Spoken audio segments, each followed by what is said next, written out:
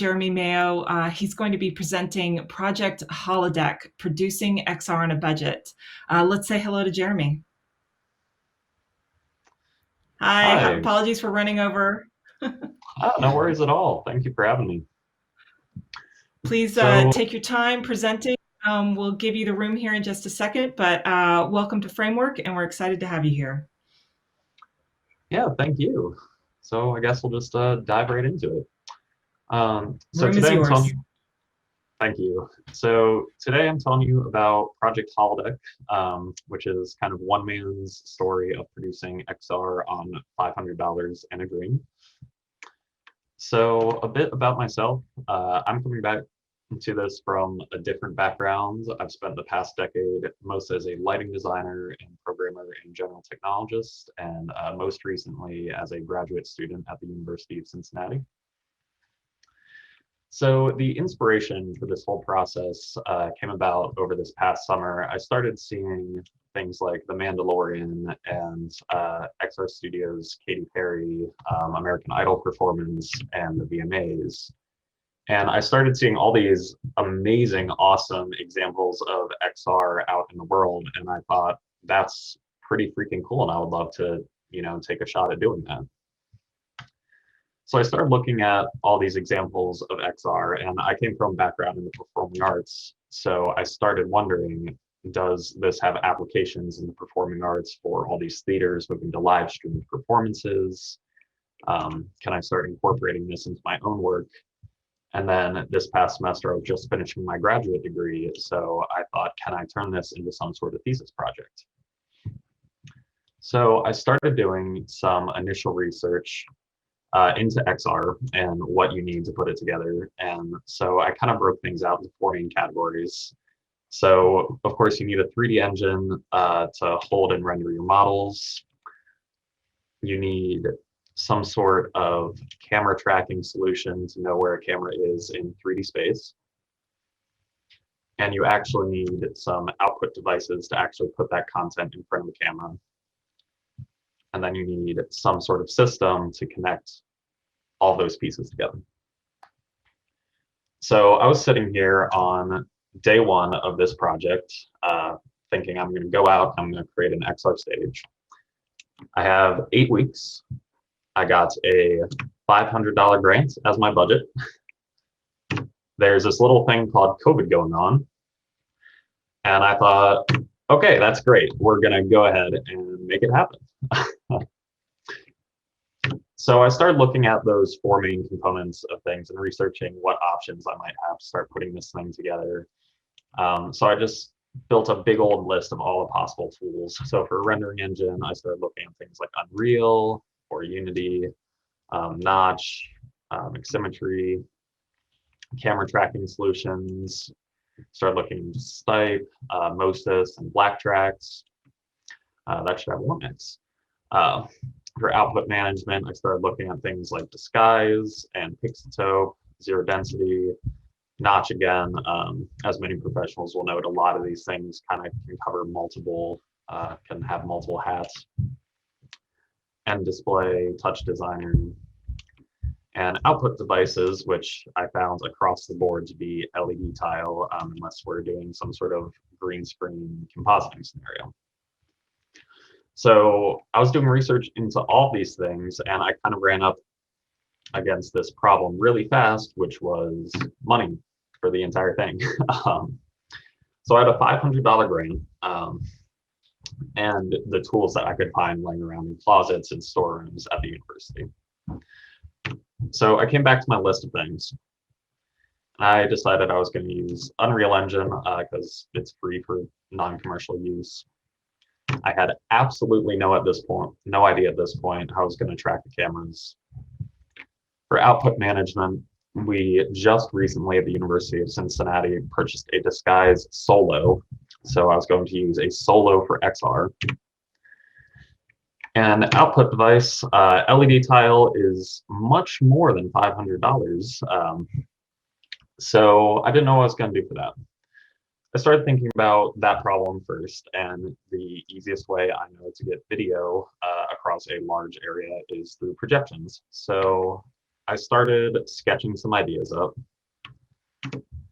and started coming up with this sort of idea where I was going to have a couple of projectors and project onto some curved site to put XR worlds around an actor.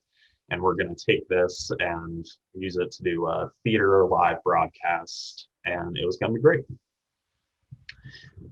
So I still didn't have a camera tracking solution, but I had my 3 out of 4 of my other pieces. So I started modeling some scenes in Unreal Engine. I created 3 different scenes. I mostly composited scenes out of assets from TurboSquid and the Unreal Marketplace. I'm not a skilled digital artist, more the integrator side of things, but I created these 3 different scenes. This first one I treated kind of as a control scene where I could just have a couple simple props that would showcase how the camera can move around a 3D space and provide perspective correction. I created this grassy field with some dynamically generated fireworks to show how you could create real-time generated content really quickly and easily with XR. And I took this stock studio scene from the marketplace and edited it a little bit to show kind of a real world use case scenario. As a lot of us know, one of the big things with XR right now is kind of a Weatherman 2.0 scenario where studios, instead of creating a scenery setup for any particular broadcast, you can just take a presenter and drop them in any location. To present about whatever you want. So I decided to grab one of those. Throughout this whole point in the process, I was still no idea for camera tracking, just sketching ideas, how I might make this thing happen.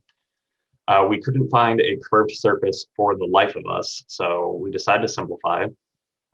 Decided, okay, I'm just going to have these 3 screens. They're going to meet at a corner, and we're going to project over the actor's head. I'm starting to look at things about how we're going to mount these things and how far the actor can stand in front of screens so that they're not just getting washed in the face with projector XR content. And I still have the disguise solo, so I was starting to mock up my models in disguise. So the very first breakthrough that I had was the HTC Vive Tracker. So these are lovely. They're an IR beacon-based system. The tracker itself, which is this upper puck with the 3 little nodules on it, retails for $99, and the actual base station itself is $200. So these come from the video game industry. I've been doing some research and kind of thought about VR and AR games. Much like most of XR being driven kind of from the video game industry, gamers are demanding accurate tracking for things in their video games. Like if you're holding a sword and playing a video game, you want that to be pixel accurate as much as possible. But consumers aren't going to be paying thousands of dollars for a tracking solution. So I went ahead and just ordered these on Amazon with my grant, and that kind of ate up the entire budget. I got them and started opening up Unreal Engine to see if I could bind it to a camera. And what do you know? It worked. So this was, for reference, this was about 4 weeks into the project by this point. So I still had 1 month to put this entire thing together, and I had just found a camera tracking solution.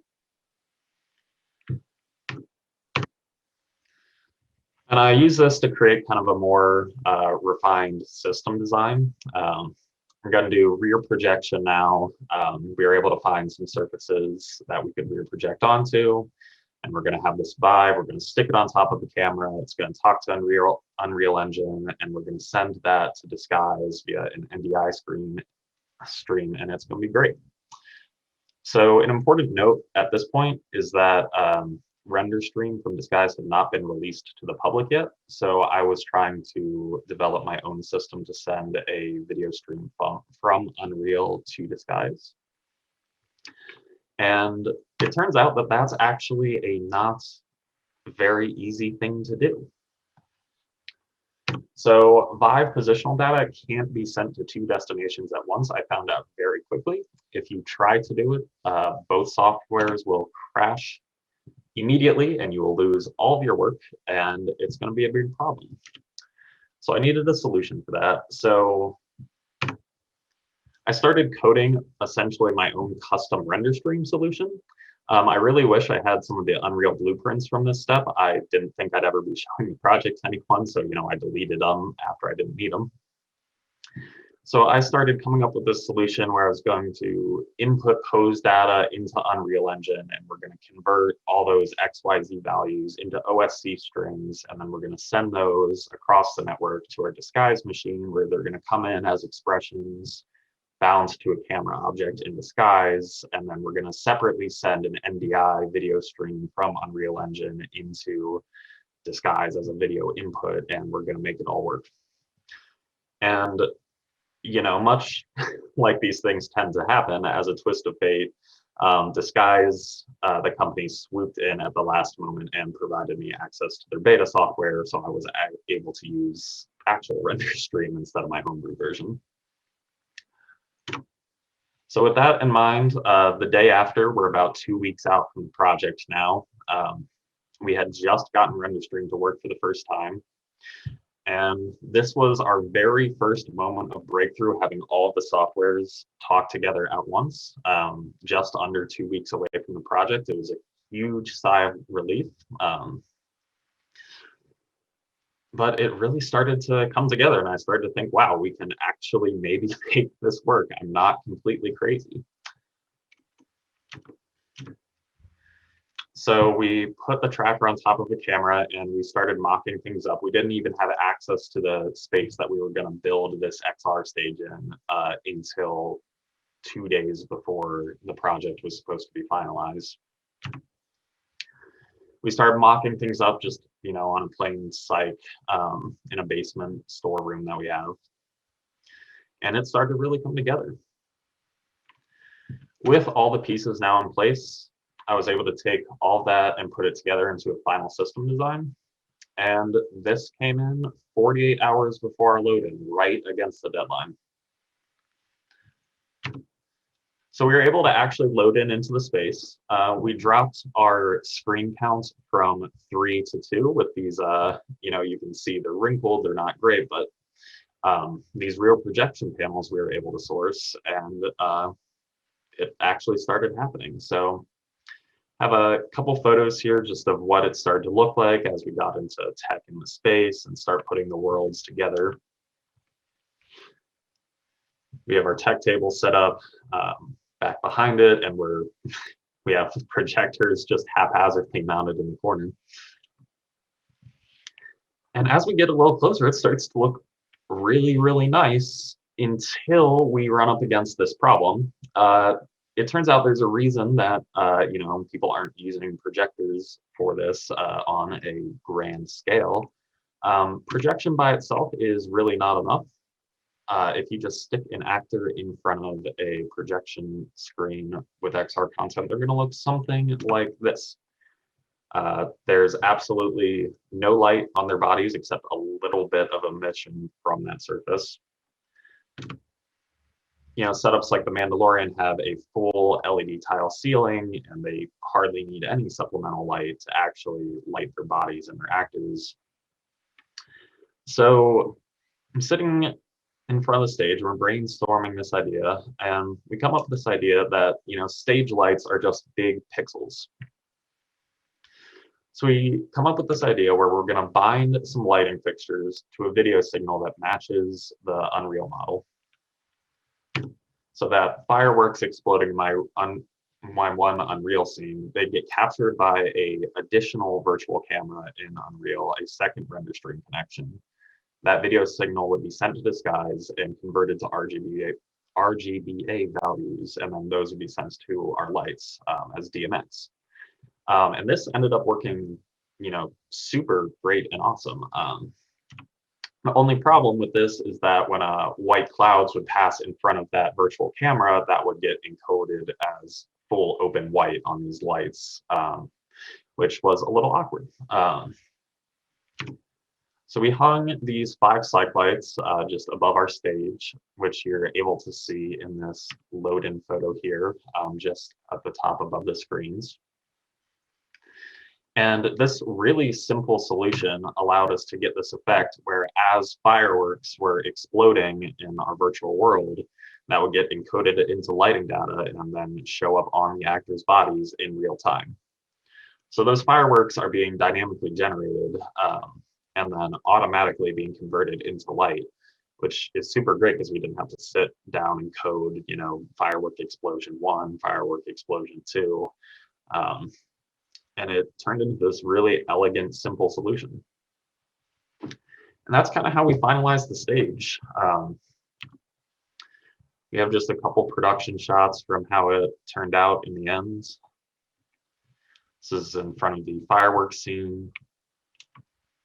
We started importing some other models. We had a theater production happening down the hallway in one of our theaters. So we took a 3D model of that and put it, into Unreal Engine. And we started showing this to some of the directors in the building that, hey, we can put this behind people on projectors and put it in the frame with perspective correction, and it'll start looking like people are standing on that stage. So just a couple more photos of how it turned out here. All in all, I was incredibly impressed. We took 2 projectors, 2 hand-me-down screens, a $300 tracking solution, put it all together with a couple lights we had at the university. We were able to get these really awesome shots. So just a couple of takeaways from this project. First of all, I might get completely roasted for this, but really the only thing that matters is what the camera is seeing. If you can create something that's going to look great on camera, it doesn't really matter how you get there. This is kind of like the duct tape holding together the show behind the scenes. There's definitely accessible options to start pursuing XR. This was with $500, though it's important to note that I had a ton of resources from the university for this. A Disguise Solo is not a cheap thing. Though that being said, you can definitely take a ton of the similar gear and make something that's going to work. If you want to produce something completely in Unreal Engine using some of the free tools on the lists I had earlier, you can make this with an old DSLR, a tracker, and a bed sheet and start making things happen. What this project made me realize is that XR is really about to start trickling down. So, if we think about the evolution of hobbyist filmmakers and things like that, now every YouTuber can set up a green screen setup and start compositing things, and they've been doing that for years. And I think we're really about to get to the point with XR through, development and softwares and things that it's going to become pretty commonplace a lot sooner than people think. And I think that's a great thing because development of more accessible resources is going to increase the number of professionals working in XR and just increase the skill base that's out there to start feeding into all the big commercial productions. So that's the story of my project. And that's all I have. So time for questions. Really amazing, Jeremy. That's an awesome presentation. Thank you. And Yeah. tell me, this presentation is also what you gave for your graduate thesis or something similar?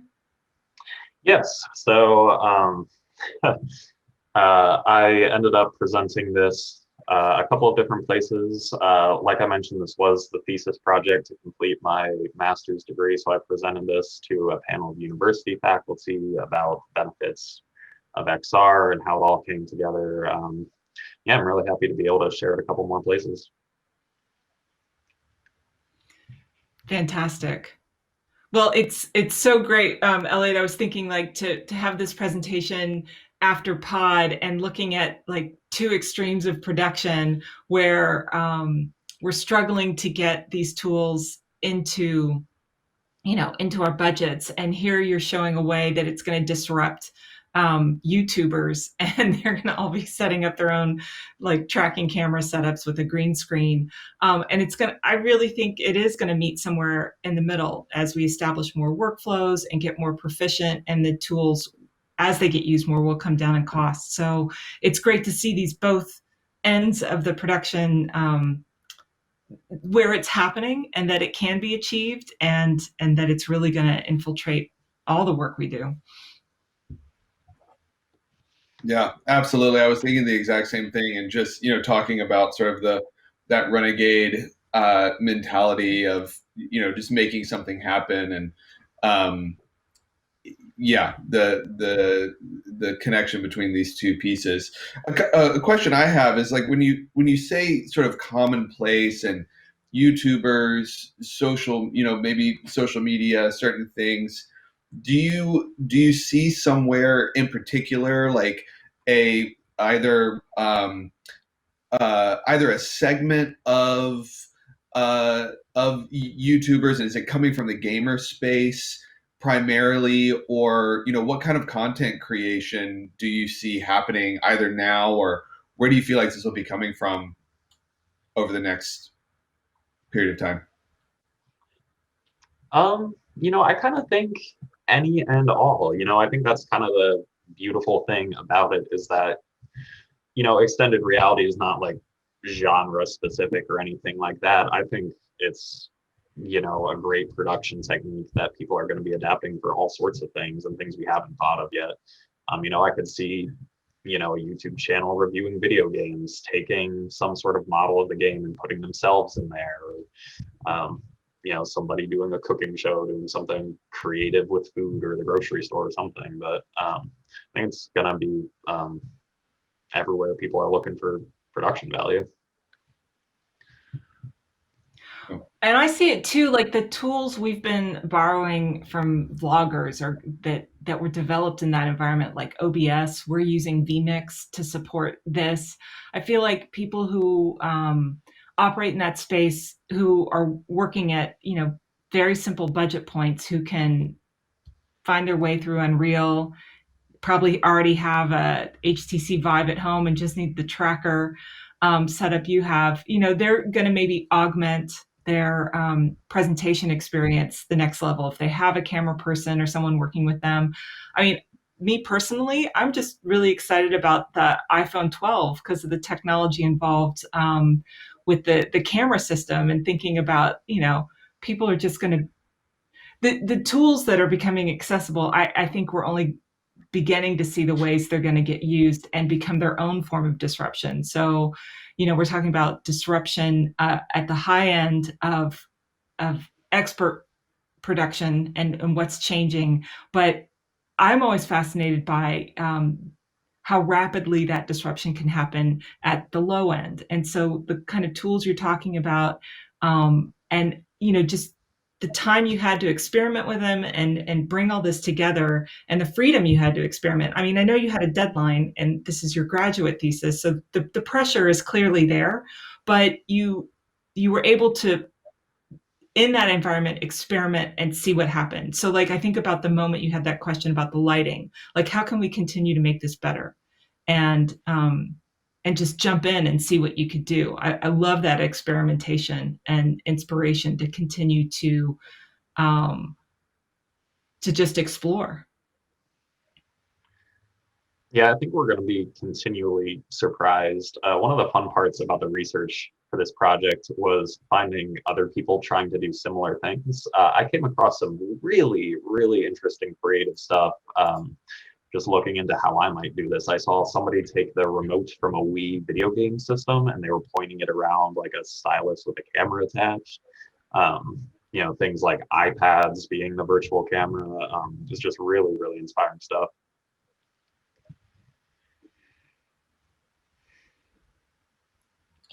Outstanding. And So are you complete now? Are you complete now? Are you still at the graduate level? What's next for you?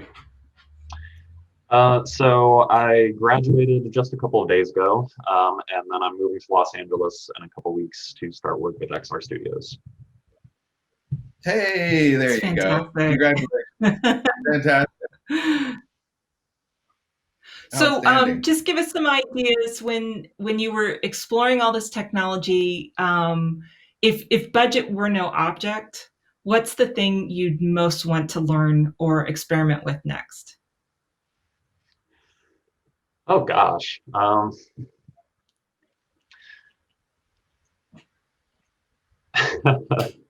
That's kind of a tough one because I feel like I feel like people are kind of out there doing that, but I really want to push the boundaries of what we can do with a mix of augmented reality elements and XR elements. The coolest implementations I'm seeing right now are when we can create magic and trick the eyes in ways that we haven't been able to before. So a great example would be in the VMAs. For anybody familiar with that, they have these two doors open, and somebody walk out from in between them. How do you mask somebody with an AR element that doesn't actually exist? Or in the MTV Awards, they recently had somebody enter from the mouth of a lion that opens. I think we're going to see some really cool, really fascinating ways to create magic that wouldn't have been possible before XR that I would really love to start diving into. Awesome. Well, we'll leave with that thought. Thank you so much, Jeremy. Thank you very much.